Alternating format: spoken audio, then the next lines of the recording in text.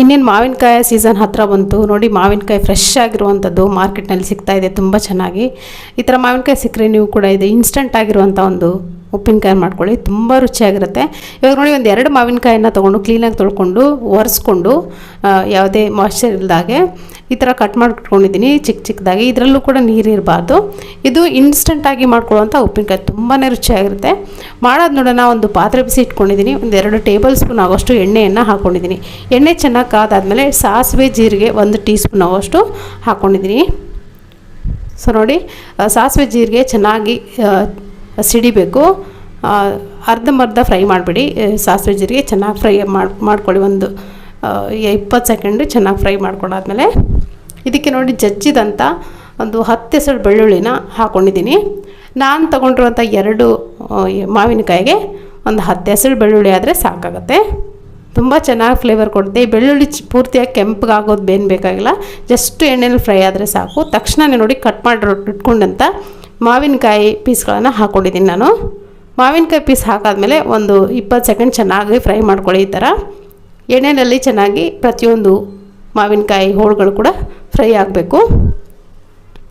ಜಾಸ್ತಿ ಏನು ಫ್ರೈ ಮಾಡೋದು ಬೇಕಾಗಿಲ್ಲ, ಜಸ್ಟ್ ಒಂದು 20 ಸೆಕೆಂಡು 30 ಸೆಕೆಂಡ್ ಫ್ರೈ ಮಾಡಿದ್ರೆ ಸಾಕು. ಇವಾಗ ನೋಡಿ ಅಚ್ಕಾರದ ಪುಡಿ 1 ಟೇಬಲ್ ಸ್ಪೂನ್ ಆಗೋಷ್ಟು ನಿಮ್ಮ ಖಾರಕ್ಕೆ ಅನುಗುಣವಾಗಿ ಹಾಕ್ಕೊಳ್ಳಿ. ಜಾಸ್ತಿ ಖಾರ ತಿನ್ನೋರಿದ್ರೆ ಸ್ವಲ್ಪ ಒಂದು 2 ಟೇಬಲ್ ಸ್ಪೂನ್ ಅಷ್ಟು ಹಾಕ್ಕೊಳ್ಳಿ. ಅರಿಶಿನ ಪುಡಿ ಹಾಕ್ಕೊಂಡಿದ್ದೀನಿ ಅರ್ಧ ಟೀ ಸ್ಪೂನ್ ಆಗುವಷ್ಟು. ಹಾಗೆ ಉಪ್ಪು ನೀವು ಎಷ್ಟು ತೊಗೊಳ್ತಿರೋ ಮಾವಿನಕಾಯಿ ಅಷ್ಟು ರುಚಿಗೆ ತಕ್ಕಷ್ಟು ನೋಡಿಕೊಂಡು ಉಪ್ಪನ್ನು ಸೇರಿಸ್ಕೊಂಡು ಈ ಥರ ಮಿಕ್ಸ್ ಮಾಡ್ಕೊಳ್ತಾ ಲೋ ಫ್ಲೇಮ್ಲಿ ಇಟ್ಕೊಂಡು ಫ್ರೈ ಮಾಡ್ಕೊಳ್ಳಿ. ಸೊ ನೋಡಿ, ಈ ಥರ ಒಂದು 2 ನಿಮಿಷ ಫ್ರೈ ಮಾಡಿದ್ರೆ ನಾವು ಹಾಕಿರೋಂಥ ಅಚ್ಕಾರದ ಪುಡಿ ಚೆನ್ನಾಗಿ ಮಿಕ್ಸ್ ಆಗಿ ಕಲರ್ ಚೆನ್ನಾಗಿ ಬರುತ್ತೆ. ಇವಾಗ ನೋಡಿ, ಒಂದು 1/4 ಕಪ್ಗಿಂತ ಜಾಸ್ತಿ 3/4 ಕಪ್ ಆಗೋಷ್ಟು ನಾನು ಬೆಲ್ಲನ ಪೌಡ್ರ್ ಮಾಡ್ಕೊಂಡು ಹಾಕ್ಕೊಂಡಿದ್ದೀನಿ. ಇದಕ್ಕೆ ಬೆಲ್ಲ ಮಸ್ಟು ಹಾಕಲೇಬೇಕು, ತುಂಬ ಚೆನ್ನಾಗಾಗುತ್ತೆ ಬೆಲ್ಲ ಹಾಕೋದ್ರಿಂದ. ನೀವು ಬೆಲ್ಲದ ಪ್ರಮಾಣ ಎಷ್ಟು ಹಾಕಿರ್ತೀರೋ ಖಾರದ ಪ್ರಮಾಣ ಕೂಡ ನೀವು ಅಷ್ಟೇ ಹಾಕೋಬೋದು. ಖಾರವಾಗಿ ಸಿಹಿಯಾಗಿ ಹುಳಿಯಾಗಿ ತುಂಬ ಚೆನ್ನಾಗಿರುತ್ತೆ. ಇದು ಇನ್ಸ್ಟಂಟಾಗಿ ಮಾಡ್ಕೊಳ್ಳೋವಂಥ ಬಿಸಿ ಉಪ್ಪಿನಕಾಯಿ. ಇದನ್ನು ಆರಾಮಾಗಿ ಒಂದು 2 ರಿಂದ 3 ದಿನ ನೀವು ತಿನ್ಬೋದು. ಇನ್ಸ್ಟಂಟಾಗಿ ಮಾಡಿಕೊಂಡ್ರೆ ತುಂಬ ರುಚಿಯಾಗಿರುತ್ತೆ. ಇವಾಗ ನೋಡಿ, ಒಂದು 10 ನಿಮಿಷ ಬಿಟ್ಟಿದೆ. ಚೆನ್ನಾಗಿ ಎಲ್ಲ ರಸ ಬಿಟ್ಕೊಂಡಿದೆ. ನಾವು ಹಾಕಿರುವಂಥ ಬೆಲ್ಲ ಏನಿದೆ ನೋಡಿ ಪೂರ್ತಿ ಕರಗಿ ರಸ ಎಲ್ಲ ಬಿಟ್ಕೊಂಡಿದೆ. ಮಾವಿನಕಾಯಿ ಕೂಡ ಚೆನ್ನಾಗಿ ಬೆಂದಿದೆ, ನೀವು ನೋಡ್ತಿರ್ಬೋದು. ಸಾಫ್ಟಾಗಿ ಬೇಯಬೇಕು ಮಾವಿನಕಾಯಿ. ಒಂದು 5 ರಿಂದ 10 ನಿಮಿಷ ಬೇಯಿಸಿದ್ರೆ ಮುಚ್ಚಿ ಬೆಂದಿರುತ್ತೆ. ಈ ಥರ ರಸ ಕೂಡ ಇರುತ್ತೆ. ತುಂಬ ರುಚಿಯಾಗಿರುತ್ತೆ. ಊಟದ ಜೊತೆ ಅನ್ನ ಸಾಂಬಾರು ಜೊತೆ ಸೈಡಲ್ಲಿ ತುಂಬ ರುಚಿಯಾಗಿರುವಂಥ ಒಂದು ಇನ್ಸ್ಟಂಟಾಗಿ ಮಾಡ್ಕೋಬೋದಾದಂಥ ಉಪ್ಪಿನಕಾಯಿ. ಇವಾಗ ಮಾವಿನಕಾಯಿ ಸೀಸನ್ನಲ್ಲಿ ಮೊದಲಿಗೆ ಮಾಡ್ಕೊಳ್ಳೋಕ್ಕೆ ನೆನಪಾಗುವಂಥ ಒಂದು ರೆಸಿಪಿ ಅಂತ ಹೇಳ್ಬೋದು ಇದು. ಖಂಡಿತವಾಗ್ಲೂ ಇದನ್ನು ನೀವು ಯಾರಾದರೂ ಟ್ರೈ ಮಾಡಿಲ್ಲ ಅಂದರೆ ಒಂದ್ಸರಿ ಟ್ರೈ ಮಾಡಿ. ಏನು ಜಾಸ್ತಿ ಟೈಮ್ ಬೇಕಾಗಿಲ್ಲ, ಒಂದು 5 ರಿಂದ 10 ನಿಮಿಷದಲ್ಲಿ ರೆಡಿ ಆಗುವಂಥ ಒಂದು ರೆಸಿಪಿ. ಸೊ ನೋಡಿ, ಇದನ್ನು ಲಾಂಗ್ ಟೈಮ್ ಇಟ್ಕೊಳ್ಳೋಕ್ಕಾಗಲ್ಲ. ಒಂದು 2 ರಿಂದ 3 ದಿನ ನೀವು ಫ್ರಿಜ್ಜಲ್ಲಿ ಇಟ್ಕೊಳ್ಬೋದು. ಒಂದು 3 ದಿನ ಹೊರಗಡೆ ಒಂದು 2 ದಿನ ಇಟ್ಕೊಂಡು ತಿನ್ಬೋದು. ತುಂಬ ರುಚಿಯಾಗಿರುತ್ತೆ. ಖಂಡಿತ ಇದನ್ನು ಟ್ರೈ ಮಾಡಿ. ಈ ರೆಸಿಪಿ ನಿಮಗೆ ಇಷ್ಟ ಆಗಿದ್ರೆ ಒಂದು ಲೈಕ್ ಮಾಡೋದನ್ನು ಮರಿಬೇಡಿ. ಸೊ ಬನ್ನಿ, ಇವಾಗ ಮತ್ತೊಂದು ಥರದ ಇನ್ಸ್ಟಂಟಾಗಿ ಮಾಡ್ಕೊಳ್ಬೋದಾದಂಥ ಉಪ್ಪಿನಕಾಯಿನ ಮಾಡೋದು ನೋಡೋಣ. ಇದಕ್ಕೆ ಯಾವುದೇ ಸ್ಟವ್ ಬೇಕಾಗಿಲ್ಲ, ಒಲೆ ಹಚ್ಚೋದು ಬೇಕಾಗಿಲ್ಲ. ಇನ್ಸ್ಟಂಟಾಗಿ ಒಂದು 5 ರಿಂದ 10 ನಿಮಿಷದಲ್ಲಿ ಮಾಡ್ಕೊಂಡ್ಬಿಡ್ಬೋದು. ಇನ್ಸ್ಟಂಟಾಗಿ ಮಾಡ್ಕೊಳ್ಬೋದಾದಂಥ ಉಪ್ಪಿನಕಾಯಿ ಮಾಡೋದು ತೋರಿಸ್ತಾ ಇದ್ದೀನಿ. ಇದನ್ನ ಯಾವುದೇ ರೀತಿ ಕುದಿಸೋ ಅಂತ ಬೇಯಿಸೋ ಅಂತ ಅಗತ್ಯ ಇಲ್ಲ. ಜಸ್ಟ್ ಇನ್ಸ್ಟಂಟಾಗಿ ಉಪ್ಪಿನಕಾಯಿನ ರೆಡಿ ಮಾಡ್ಕೊಂಡ್ಬಿಡ್ಬೋದು. ಇವಾಗ ನೋಡಿ, ಒಂದು 2 ಮಾವಿನಕಾಯಿನ ಈ ಥರ ಚಿಕ್ಕ ಪೀಸ್ಗಳನ್ನ ಕಟ್ ಮಾಡ್ಕೊಂಡಿದ್ದೀನಿ. ಇದರಲ್ಲಿ ಯಾವುದೇ ರೀತಿ ನೀರಿನಂಶ ಇಲ್ಲ.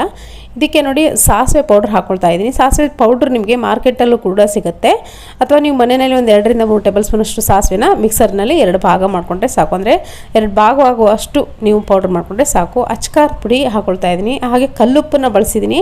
ಆದಷ್ಟು ಕಲ್ಲುಪ್ಪನ್ನು ಬಳಸಿ ಇದಕ್ಕೆ ಉಪ್ಪಿನಕಾಯಿಗೆ. ನಾನಿಲ್ಲಿ ಖಾರಕ್ಕೆ ಅನುಗುಣವಾಗಿ ಅಚ್ಕಾರದ ಪುಡಿನ ಹಾಕ್ಕೊಂಡಿದ್ದೀನಿ. 1.5 ಟೇಬಲ್ ಸ್ಪೂನ್ ಆಗೋಷ್ಟು. ಹಾಗೆಯೇ ಅರ್ಧ ಟೀ ಸ್ಪೂನ್ ಅಷ್ಟು ಅರಿಶಿನ ಪುಡಿನ ಹಾಕ್ಕೊಂಡಿದ್ದೀನಿ. ಹಾಕ್ಕೊಂಡು ಇದನ್ನು ಕ್ಲೀನಾಗಿ ಮಿಕ್ಸ್ ಮಾಡ್ಕೋಬೇಕು. ಇಷ್ಟು ಸಾಕು ಮಸಾಲೆ. ಇದಕ್ಕೆ ಯಾವುದೇ ರೀತಿ ಒಂದು ಹನಿ ನೀರು ಕೂಡ ಹಾಕಬಾರ್ದು. ಹಾಗೆ ಎಣ್ಣೆ ಕೂಡ ಬೇಕಾಗಿಲ್ಲ. ಇದನ್ನು ಕುದಿಸೋದು ಬೇಯಿಸೋದು ಯಾವುದೂ ಬೇಕಾಗಿಲ್ಲ. ಜಸ್ಟು ಇದನ್ನು ಈ ಥರ ನೋಡಿ ಮಿಕ್ಸ್ ಮಾಡ್ಕೊಂಬಿಡಿ. ಮಿಕ್ಸ್ ಮಾಡಿಕೊಂಡು ನೀವು ಬೇಕಿದ್ರೆ ಗ್ಲಾಸ್ ಜಾರಲ್ಲೂ ಕೂಡ ಇದನ್ನು ಟ್ರಾನ್ಸ್ಫರ್ ಮಾಡಿ ಇಟ್ಕೊಳ್ಬೋದು. ನಾನಲ್ಲಿ ತುಂಬ ಕಡಿಮೆ ಪ್ರಮಾಣದಲ್ಲಿ ನಿಮಗೆ ಮಾಡಿ ತೋರಿಸ್ಲಿಕ್ಕೋಸ್ಕರ ನಾನು ಮಾಡ್ತಿರೋದ್ರಿಂದ ಈ ಬೌಲಲ್ಲೇ ಮಿಕ್ಸ್ ಮಾಡ್ಕೊಳ್ತಿದ್ದೀನಿ. ಸೊ ನೋಡಿ, ಈ ಥರ ಕ್ಲೀನಾಗಿ ಬೌಲಲ್ಲಿ ಎಲ್ಲ ಮಸಾಲೆನೂ ಒಂದೊಂದು ಮಾವಿನಕಾಯಿ ಪೀಸ್ಗೆ ಹಿಡ್ಕೊಳ್ಬೇಕು. ಅಷ್ಟು ಕ್ಲೀನಾಗಿ ಮಿಕ್ಸ್ ಮಾಡ್ಕೊಂಡಿದ್ದೀನಿ. ಮಿಕ್ಸ್ ಮಾಡ್ಕೊಂಡಾದ್ಮೇಲೆ ನೋಡಿ, ಇದನ್ನು ಒಂದು ದಿನ ಅಥವಾ 2 ದಿನ ಮುಚ್ಚಿ ಇಟ್ಬಿಡಿ. ನೋಡಿ, ಈ ಥರ ನೆಕ್ಸ್ಟ್ ಡೇ ನಾನಿಲ್ಲಿ ತೋರಿಸ್ತಾ ಇದ್ದೀನಿ ನೋಡಿ ಯಾವ ಥರ ನೀರು ಬಿಟ್ಕೊಂಡಿದೆ, ತಾನಾಗೆ ನೀರು ಬಿಟ್ಕೊಳ್ಳುತ್ತೆ. ಮಾವಿನಕಾಯಲ್ಲೂ ಕೂಡ ನೀರಿನಂಶ ಇರುತ್ತೆ, ಹಾಗೆಯೇ ಉಪ್ಪು ಕೂಡ ಹಾಕಿರ್ತೀವಲ್ಲ, ಎರಡೂ ಸೇರಿಕೊಂಡು ಚೆನ್ನಾಗಿ ನೀರನ್ನ ಬಿಟ್ಕೊಂಡಿರುತ್ತೆ. ಇಷ್ಟೇ ಸಾಕು. ಇದೇ ಗ್ರೇವಿ ರಸದ ಥರ ಆಗುತ್ತೆ ಚೆನ್ನಾಗಿ. ಉಪ್ಪಿನಕಾಯಿಗೆ ಟೇಸ್ಟು ತುಂಬ ಚೆನ್ನಾಗಿ ಬರುತ್ತೆ ಈ ಥರ ಮಾಡೋದ್ರಿಂದ. ಇಲ್ಲಿ ನೋಡಿ ಯಾವುದೇ ರೀತಿ ಎಣ್ಣೆ ಕೂಡ ಬಳಸಿಲ್ಲ, ನೀವು ನೋಡಿರ್ಬೋದು. ನೀವು ಬೇಕಿದ್ರೆ ಒಂದು ಗೆಡ್ಡೆ ಬೆಳ್ಳುಳ್ಳಿ ಕೂಡ ನಾವು ಮಿಕ್ಸ್ ಮಾಡುವಾಗ ಅದನ್ನು ಕೂಡ ಹಾಕ್ಕೊಬೋದು, ಬೆಳ್ಳುಳ್ಳಿ ಕೂಡ ಸುಲಿದು ಹಾಕ್ಕೊಳ್ಬೋದು. ನೋಡಿ ಈ ಥರ ಕ್ಲೀನಾಗಿ ಮಿಕ್ಸ್ ಮಾಡ್ಕೊಂಡು ಆದಮೇಲೆ ನೀರಿನಂಶ ಬಿಟ್ಟಾದಮೇಲೆ ನಾನಿಲ್ಲಿ ಇದನ್ನು ಒಂದು ಏರ್ಟೈಟ್ ಕಂಟೈನರ್ನಲ್ಲಿ ಅಥವಾ ಗ್ಲಾಸ್ ಜಾರ್ನಲ್ಲಿ ಉಪ್ಪಿನಕಾಯಿನ ಯಾವುದರಲ್ಲಿ ನೀವು ಹಾಕಿ ಬಳಸ್ತೀರಿ ನೋಡಿ ಅಂಥ ಒಂದು ಡಬ್ಬದಲ್ಲಿ ನೀವು ಹಾಕ್ಕೊಂಡು ಇದನ್ನು ಸ್ಟೋರ್ ಮಾಡ್ಕೊಬೋದು. ಏನಿಲ್ಲ ಅಂದರೂ ಒಂದು ವೀಕ್ ಆರಾಮಾಗಿ ಇದನ್ನು ತಿನ್ಬೋದು.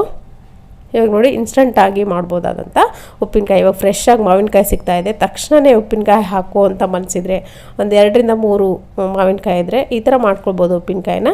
ನೋಡಿ ಈ ಥರ ಡಬ್ಬದಲ್ಲಿ ಹಾಕಿ ಸ್ಟೋರ್ ಮಾಡಿ ಇಟ್ಕೊಬೋದು. ಖಂಡಿತ ಈ ರೆಸಿಪಿ ನಿಮಗೆ ಇಷ್ಟ ಆಗಿದೆ ಅನ್ಕೊತೀನಿ. ಇಷ್ಟ ಆಗಿದ್ರೆ ಒಂದು ಲೈಕ್ ಮಾಡಿ. Thank you.